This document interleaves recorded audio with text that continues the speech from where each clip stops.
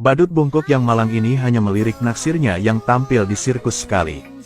Dia tiba-tiba jatuh, tak sadarkan diri di tempat. Seorang dokter yang sedang menonton pertunjukan berlari keluar. Setelah memeriksa luka naksirnya, dia mengira sudah tidak bisa diselamatkan. Tapi badut setelah mengamati sebentar, menemukan bahwa tulang di bahu patah, menyebabkan pernapasan berhenti sementara. Waktu sangat mendesak, pergi ke rumah sakit pasti tidak akan tepat waktu. Jadi badut itu meminjam jam saku dokter. Menjepit di posisi tulang selangka naksirnya. Kemudian melemparkan pukulan. Dia memperbaiki tulang selangka naksirnya yang patah. Naksirnya segera bangun. Dokter sangat senang melihat ini. Pikir badut itu sangat berbakat. Tinggal di sirkus terlalu disayangkan. Kata-katanya sampai ke telinga kepala sirkus. Dia selalu menganggap badut sebagai milik pribadinya. Jadi dengan marah membakar semua buku medis badut itu. Dan mengunci badut itu di dalam sangkar besi. Tapi di tengah malam dokter muncul lagi.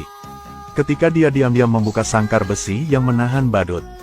Secara tidak sengaja ditemukan oleh pemimpin tim. Segera mengirim seseorang untuk melacak kedua orang itu. Mereka mengatasi penghalang, akhirnya keluar dari sirkus melalui pipa air. Nasib badut juga akan berubah dari sini. Kembali ke lab, dokter mengeluarkan peralatan aneh. Meskipun perlawanan badut, menekannya ke dinding, menanggalkan pakaiannya, menusukkan jarum raksasa ke punggungnya, mengeluarkan cairan putih susu, isi ember besar air, kemudian membanting ke badut, meluruskan tubuhnya, dan segera mengenakan perangkat yang dibuat khusus padanya. Badut itu membungkus selama 20 tahun.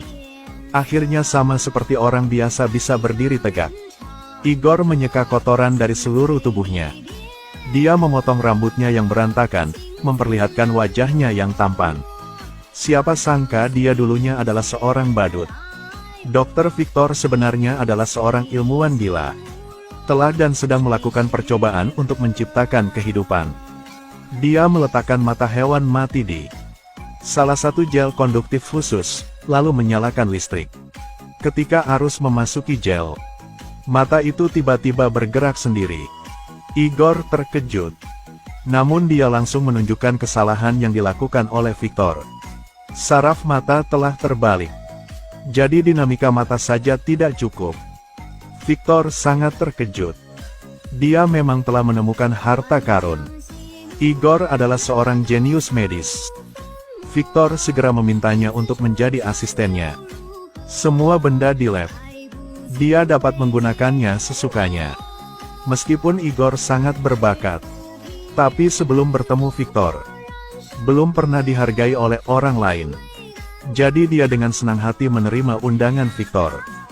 Dua orang yang berpikiran sama, akan membuat percobaan gila. Dokter menusukkan jarum tebal ke punggung badut. Menyedot jarum suntik berisi cairan putih susu. Kemudian sambungkan ke pipa air. Menyedot cairan melalui mulut. Akhirnya, dia memeluk erat pinggang badut itu dengan kedua tangannya. Setelah menegakkan tubuhnya, lalu membiarkannya membawa perangkat khusus. Dalam sekejap, si bungkuk berubah menjadi pria tampan. Dokter ini adalah ilmuwan gila. Dia sering pergi ke sirkus untuk mencuri bangkai hewan mati. Tapi ini dengan cepat menarik perhatian polisi. Polisi menemukan tas kain merah selama penyelidikan. Tanpa diduga, ada cakar singa di dalamnya. Berpikir tentang setengah tahun terakhir. Di kebun binatang London sering terjadi kasus mencuri organ hewan. Polisi langsung menetapkan Victor sebagai tersangka. Surat perintah yang dicari dengan cepat diposting di seluruh kota. Saat ini, Victor dan Igor sedang melakukan eksperimen gila mereka. Itu untuk menghidupkan kembali berbagai organ dalam. Beberapa hari kemudian, Victor mengajak Igor ke pesta dansa. Alhasil dia menemukan naksirnya di sini. Lorelei membeku selama beberapa detik. Di luar dugaan, Igor begitu banyak berubah. Melihat kehidupan dermawan yang menyelamatkan menjadi semakin baik, dia sangat senang. Igor juga meraih kesuksesan baik dalam cinta maupun karir pada saat yang bersamaan. Eksperimennya dan Victor ada di sini. berjalan sangat lancar. Keduanya menggunakan organ dalam secara bersamaan, menciptakan seekor simpanse hitam. Setelah menyalakan power, saat itulah keajaiban terjadi. Mata simpanse terbuka. Keduanya tidak sabar untuk pergi ke Royal College of Medicine, menunjukkan kepada pihak berwenang hasil eksperimen mereka. Tapi simpanse berbaring di papan, benar-benar dingin. Bau mayat yang membusuk sangat menyengat. Ketika adegan itu begitu busuk sehingga semua orang harus melarikan diri, Victor segera meminta Igor untuk menyalakan arus listrik. Listrik mengalir melalui seluruh tubuh simpanse. Tapi itu tidak bereaksi sama sekali. Hanya ada segerombolan lalat yang mengerumuninya. Ini menarik minat anak kaya. Untuk menemukan wajahnya lagi, Victor meminta Igor untuk menaikkan voltase. Tak disangka, ia hampir tersengat listrik hingga tewas. Tiba-tiba senyum orang kaya itu menghilang. Ternyata simpanse benar-benar bergerak. Simpanse yang dibangkitkan itu gila. Itu menghancurkan laboratorium rusak parah. Dan gila menyerang manusia. Victor menemukan simpanse tidak memiliki jiwa, sehingga tidak dapat dikendalikan. Saat Igor hendak terlempar dari tangga olehnya, Victor tidak punya pilihan yang lain, harus menarik simpanse itu keluar. Memukulnya sampai mati dengan alat pemadam api. Meskipun percobaan mereka gagal, tapi itu menggelitik minat orang kaya itu. Dia tahu bahwa kalau percobaan ini berhasil, akan memberinya keuntungan besar. Jadi dia memutuskan untuk berinvestasi di Victor, melakukan percobaan ini pada tubuh manusia. Namun Igor yang merasa tidak etis melakukannya, langsung menolak. Setelah mendengar ini, Victor langsung menjadi tidak senang. Victor mengunci dirinya di lab, mulai menggambar cetak biru orang siang dan malam. Dia benar-benar gila. Ayahnya yang mendengar kabar itu segera datang mencari. Penilaian eksperimentalnya tidak bernilai sepeser pun, dan menganggapnya sebagai aib bagi keluarga. Bahkan memberinya tamparan. Tamparan ini pun membuat Victor kehilangan kepercayaan diri sepenuhnya. Dia tidak bisa bersemangat lagi. Igor melihat depresi Vic, memutuskan untuk membantunya. Dia memperingatkan Victor bahwa percobaan simpanse gagal.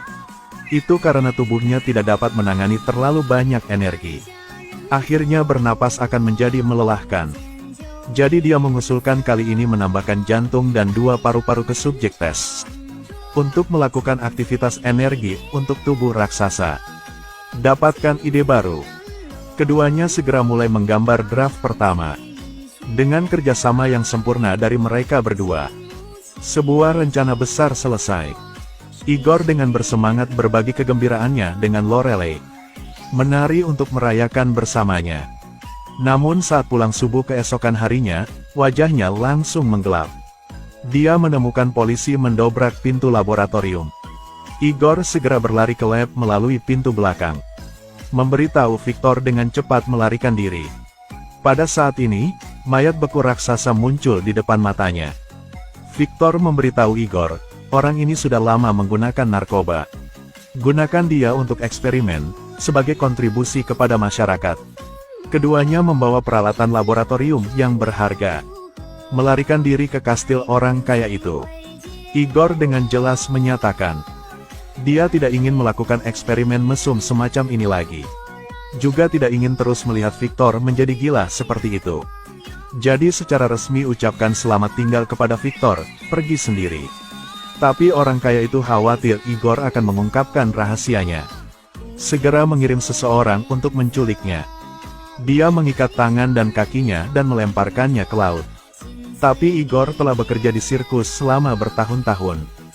Dia telah lama melatih tubuh lentur yang dapat dengan mudah melepaskan diri dari belenggu. Dia melarikan diri ke rumah Lorelei. Namun dalam hatinya masih belum bisa melepaskan Victor. Dia melihat arloji saku di tangannya, memikirkan niat jahat orang kaya itu. Akhirnya mau tidak mau kembali ke fasilitas penelitian orang kaya itu. Victor saat ini sedang melakukan percobaan untuk menghidupkan kembali orang mati.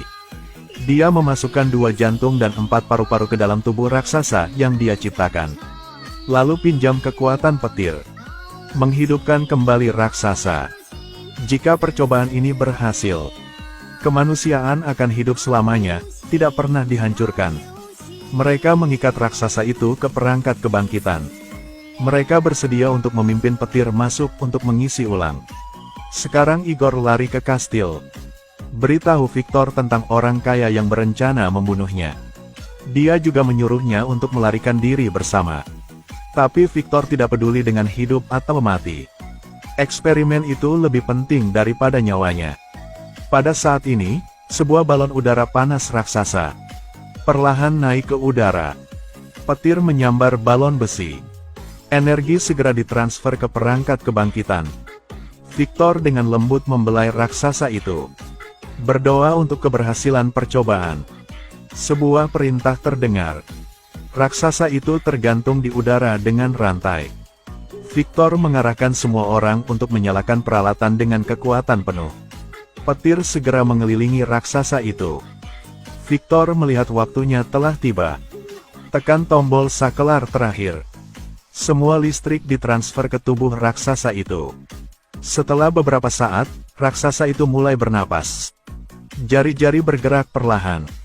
Dia benar-benar hidup kembali. Tapi mereka belum punya waktu untuk merayakannya. Balon yang mengumpulkan petir tiba-tiba meledak. Serangkaian percobaan langsung meledak. Raksasa itu juga jatuh. Jatuh langsung ke orang kaya itu. Orang kaya itu meledak di tempat, meninggal di tempat. Raksasa itu seperti bom, dimanapun terkena, ia akan meledak. Tempat kejadian itu dilalap api. Saat ini, polisi datang ke sini, berniat menangkap Victor. Tiba-tiba raksasa itu perlahan berdiri. Ini membuat Victor sangat bersemangat. Dia seperti melihat anak dia sendiri. Dia perlahan membuka tangannya untuk memeluknya. Dan menamainya Prometheus. Tapi Prometheus ini tidak memiliki jiwa. Tidak ada emosi manusia. Dia mencengkeram leher Victor. Bawa dia dan buang dia. Melihat hal tersebut, polisi tidak berhenti menembaki Prometheus. Tapi peluru tidak bisa melukainya, bahkan sehelai bulu pun.